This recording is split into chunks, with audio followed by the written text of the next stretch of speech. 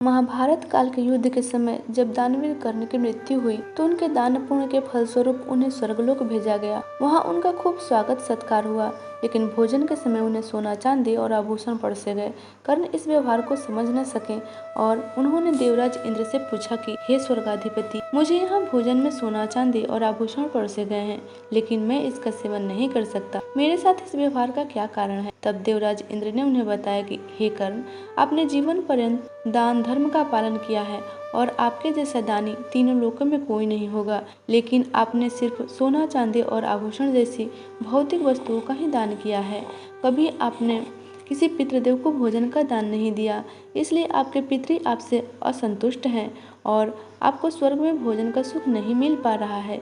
यह सुनकर कर्ण निराश हो गए और उन्होंने इंद्रदेव को कहा कि मैं आजीवन अपने पितरों से अनभिज्ञ रहा हूँ, इसलिए मुझसे यह भूल हुई है। कृपया अब आप मुझे इसका उपाय बताइए। तब इंद्रदेव ने कहा कि आपको अपने पुण्य कर्मों के कारण 16 दिनों का समय दिया जाता है। इन 16 दिनों में पृथ्वी लोक पर जाकर अपने पितरों को भोजन का दान करें, उनका पिंड दान करें और तर्पण करके उन्हें संतुष्ट करें। इससे आपको स्वर्ग में हर तरह की सुख सुविधा के साथ भोजन का सुख भी मिलेगा। कर्ण ने ऐसा ही किया और इन 16 दिनों में पृथ्वी लोक पर विचरण कर अपने पितरों को सभी तरह के भोजन का दान किया।